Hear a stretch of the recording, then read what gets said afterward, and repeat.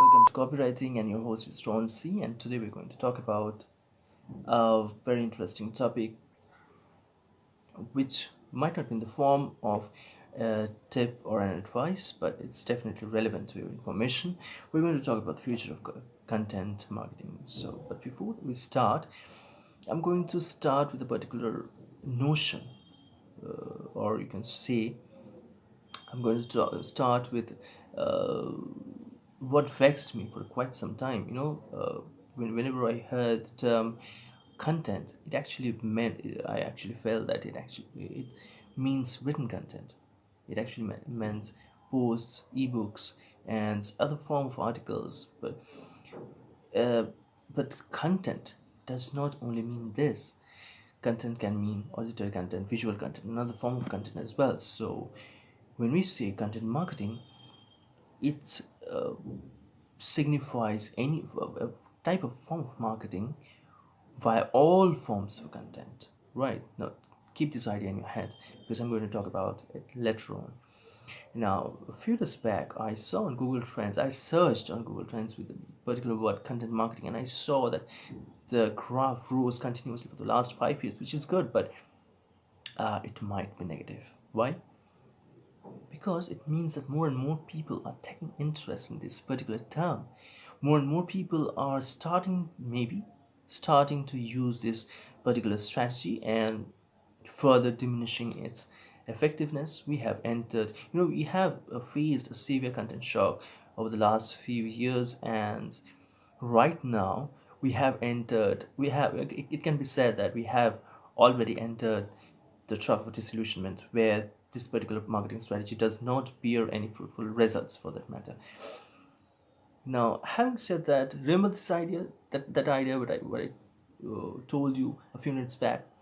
You know, when we talk about the trough of disillusionment, that content marketing does not bear any result, it applies to only one form of content, because it applies to written content. People are generating written content like never before.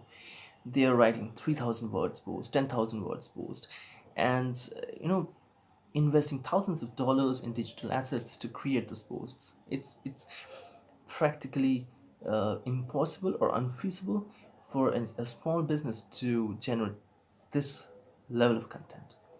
It's not feasible, it's not profitable for them. But and that's the reason I would just, at this point of time, yes, if I'm a business that runs a popular blog, then I will definitely keep the blog, maybe lessen the number of posts to say once a month or twice a month, because each and every post needs to be awesome and remarkable, right? Because that's what my audience expects from me. So I will lessen the number of posts over there, because we have already entered the trap of disillusionment. It's not going to bear any fruitful result, remember.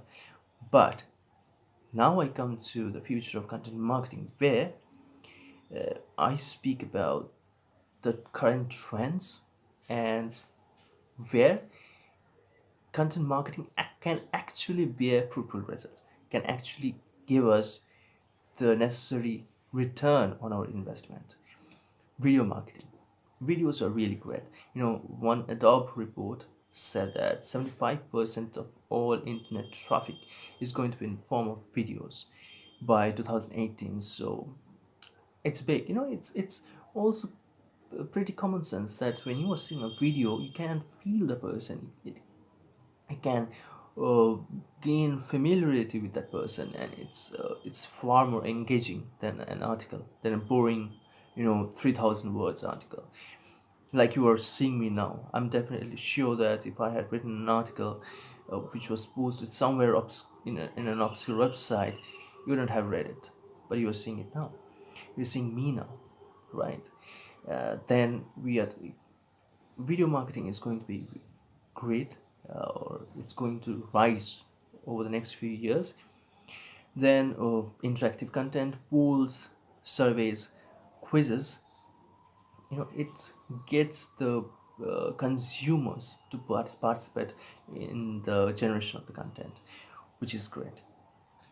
And and more people, as your consumers, gets more active in the content generation, content distribution process.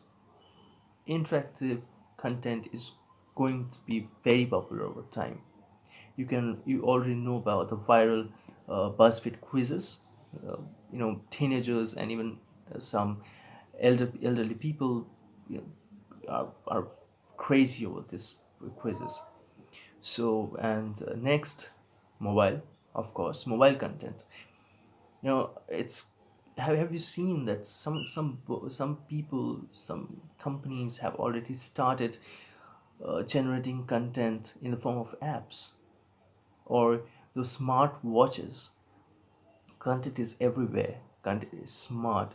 you know uh, I would say, instead of, let's I'm taking back my statement. It's not mobile content, it's basically smart content. Smart means that it's everywhere. It's whether it's on your tablet, whether on your phone, whether on your watch, it's everywhere. So this sort of smart content is going to be very popular in the next few years. Whether it's nobody's going to read a 3,000 words post in the tablet on the mobile phone. So snackable content is going to rise over time. And we are talking about the virality of the content. Uh, you know so people, it should be shareable, because when you're reading it on the phone, it becomes far more shareable than when it's on the internet, or sorry, when it's on the PC. So we need to keep these things in mind. And last but not least, native content. Native content is going to stay. It has already become quite popular, and I think it's going to stay for the next few years, because native content does not disturb someone in the consumption of editorial content.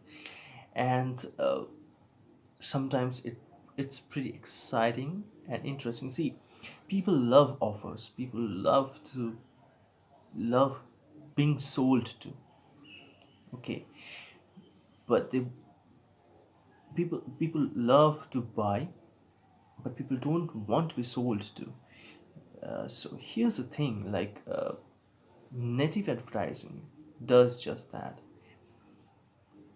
They sell to you, but they do it in an indirect manner, and people love that. If they're getting interesting news, interesting offers, but are not being disrupted, or not being disturbed in the consumption of the present content, then it's good, right?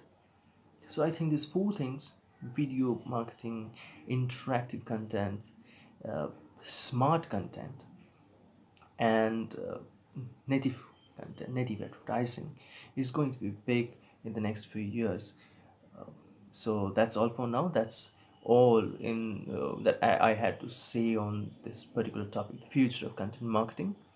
See you again in the next few days with a new video. Thank you.